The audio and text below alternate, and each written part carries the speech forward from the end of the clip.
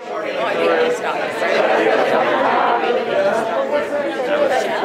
am here with Alicia, executive producer of Fairyland. So Alicia, how did it feel to get into Sundance? Well, it was incredible. It was a pipe dream. I didn't know if it would happen. This is the first Sundance in person since 2019, and this is the preeminent independent film festival, so it's really, truly the brass ring. Yeah.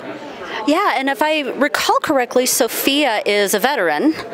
Was that a helpful perspective to have in getting your film made and shown? Yeah, I mean, Sophia was a key partner in having the film made. Her name could open doors. She also brings remarkable sensitivity to the story. She's a chronicler of girlhood and from Northern California, and her best friend is the writer-director, Andrew, and he and I share a tremendous amount of biographical history, and so that he could also, he could take my story and kind of flesh it out with his own and make it into something that is personal. The movie is in fact dedicated to both our dads. That's wonderful. So what were the challenges going from a book to a screenplay? Well, I mean, the challenges, of course, are in a book you have 350 pages and many characters and eras, and in a screenplay you have to, there's no narration, this isn't a voice-overed movie, and so you have to isolate like what are the most visual scenes and sort of cut away. So it's just an act of condensing, but even when you write a book, it's the act of condensing from a life, so it's just one more stage of like condensing it down. And Andrew, I worked pretty closely with Andrew in the development of the script. I helped sort of feed him photos and slides, and we did a research trip together in San Francisco, and then I got to offer notes on the script, but it's really, he wrote it. And like I said, because of his own personal history, he brought a lot of sensitivity to it, and I felt on first meeting Andrew and Sophia that they were partners that I could trust. That's definitely important. What are you hoping audiences get from the film? I think I'm hoping that they can understand the different forms of what makes a loving family. That a single gay father could be an incredible father and a loving father. And the way, I feel is, even though I lost my dad when I was 21, I feel so lucky that I had him at all. So, to love someone who dies is like, that's not what you want, but like the alternative of living with a family or being cared by someone who didn't bring such artistry and poetry into my life, that would be different. So I want them also to care and have a different perspective on the AIDS experience and know that it impacted families. There were parents who died of AIDS. There were brothers who died of AIDS. This is something that impacted a lot of people, and so this is a complication to the existing narrative. Like, I just wanted to bring more story. Fairyland is based on a memoir written by Alicia Abbott. She grew up with a gay single dad in San Francisco in the 1970s and the 1980s. And it's just a beautiful story about that time period in America told through a child's perspective. Welcome to your first Sundance, Adam. How's the energy so far? It's great. This is the breakfast premiere, I'm calling it. It's bright and early, and the snow is beautiful. I think we're all really excited. What else gets you out of bed this early in the morning? Coffee. Exactly.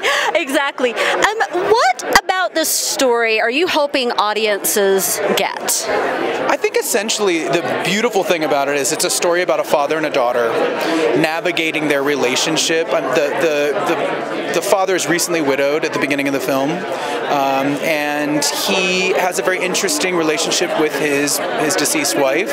They're liberal, they're open. We find out later that he's always been bisexual, essentially, and it's a really interesting story because it's this character needing to figure out how to be a single father in the 1970s. They moved to San Francisco, and the backdrop of all that is gay liberation and him sort of finding his way as a gay man in that era and all the challenges that the community faced, along with, on top of it, being a father and having a little girl. So those two things don't, back then in that era, those two things weren't necessarily always seen together, fatherhood fatherhood and being a gay man.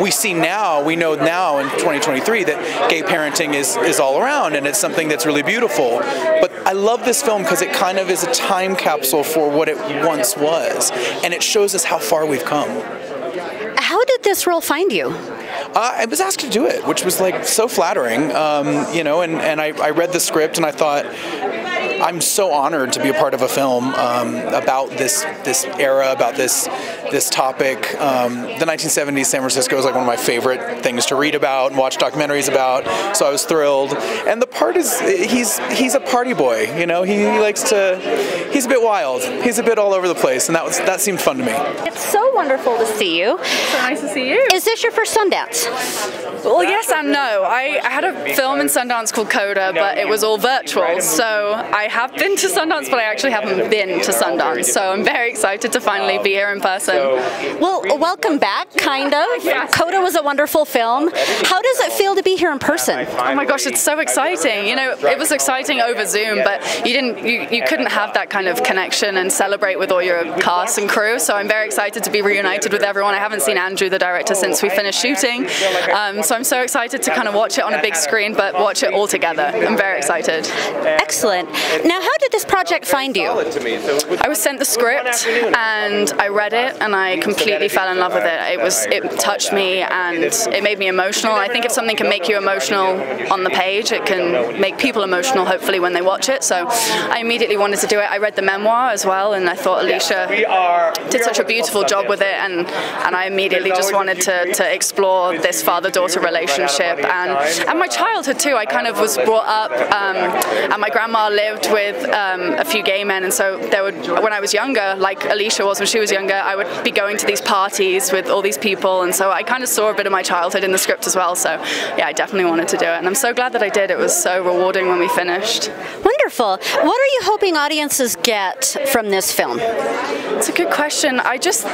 There's nothing like this really that has been shown on screen before, so I hope people watch it and they're moved by it, and I hope that it's eye-opening too. You know, a lot of people probably, this hasn't been addressed very often on screen, so yeah, I hope people take away a lot from it and are moved by it.